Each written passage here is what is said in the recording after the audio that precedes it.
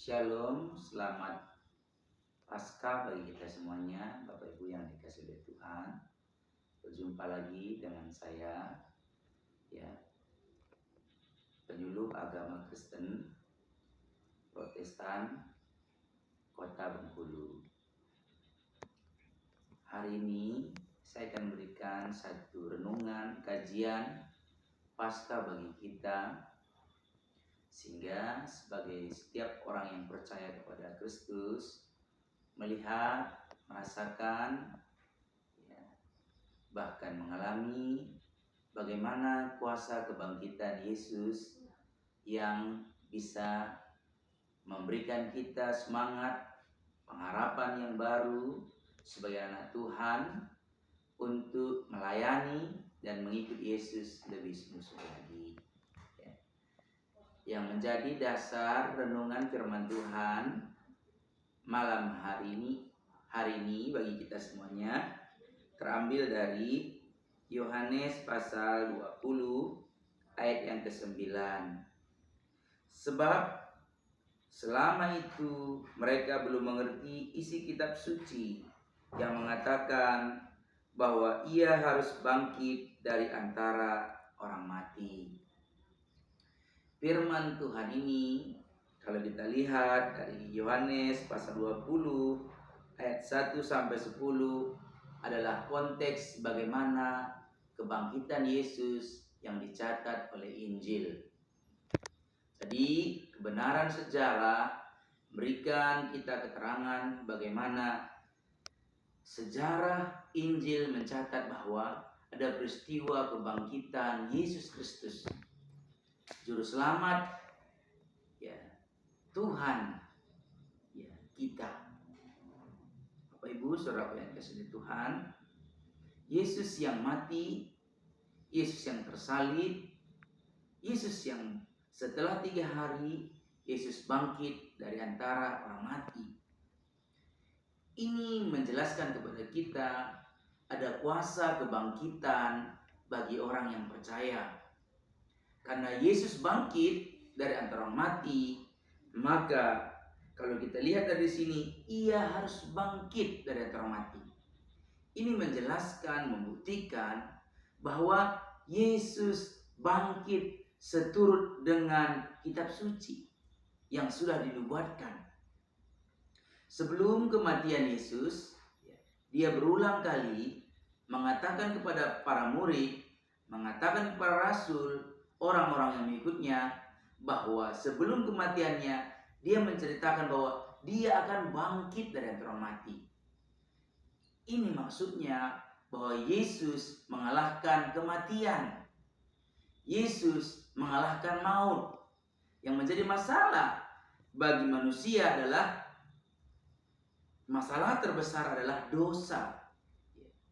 Upah dosa adalah maut atau kematian. Tapi Yesus menjelaskan, Yesus membuktikan bahwa dia adalah Allah sejati dan dia juga adalah Tuhan yang sejati. Dia maut tidak berkuasa atas dirinya. Dia bangkit dari antara orang mati. Memang kabar buruk adalah bagaimana Yesus mati. Tapi kabar baiknya bahwa Yesus bangkit dari antara orang mati. Ini memberikan satu harapan yang baru bagi kita di tahun 2025 ini.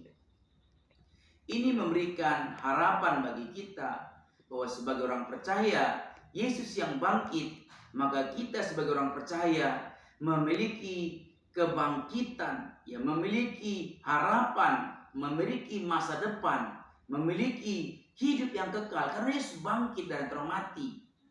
Kita menyembah bukan Allah yang mati, tapi Yesus yang hidup. Ini menjelaskan kepada kita bahwa adanya satu pengharapan.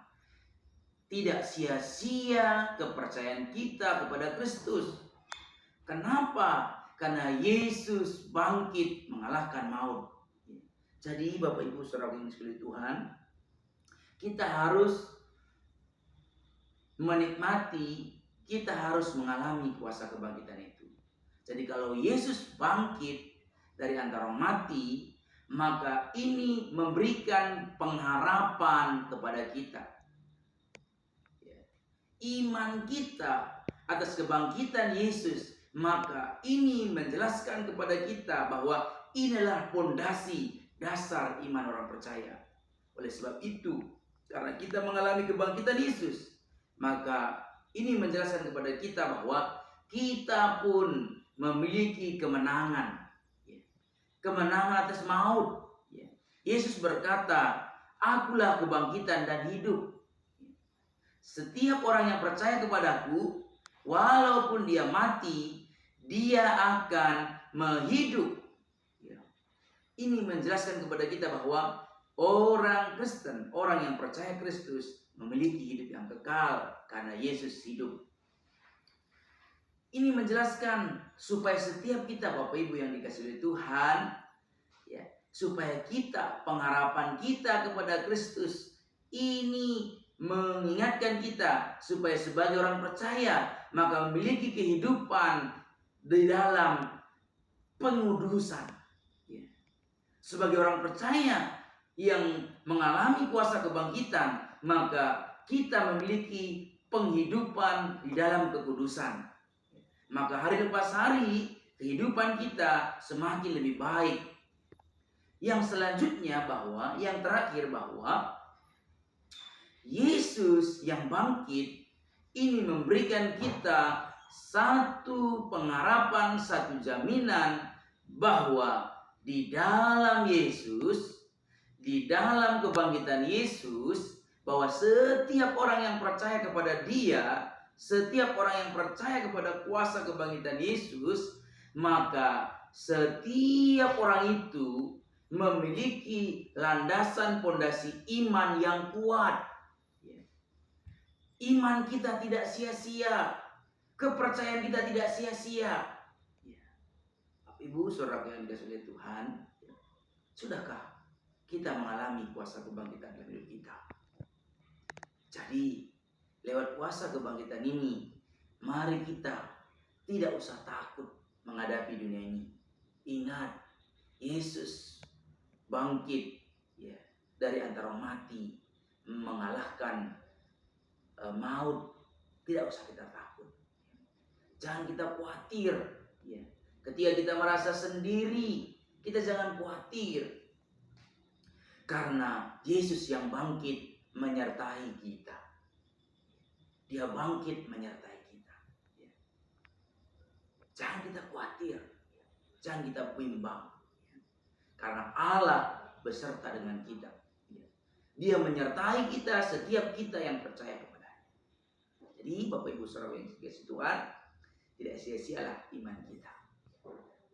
Mari lewat peristiwa kebangkitan Yesus Kristus ini, iman kita makin teguh, kehidupan kita semakin lebih baik, kita bisa menjadi berkat bagi sesama, menjadi kesaksian bagi saudara-saudara kita, baik sama orang percaya maupun belum percaya. Baik di tengah-tengah masyarakat, di lingkungan, di gereja, mari kita menjadi terang, menyaksikan kuasa kebangkitan Yesus yang menjadi jawaban bagi orang yang ada dalam kegelapan.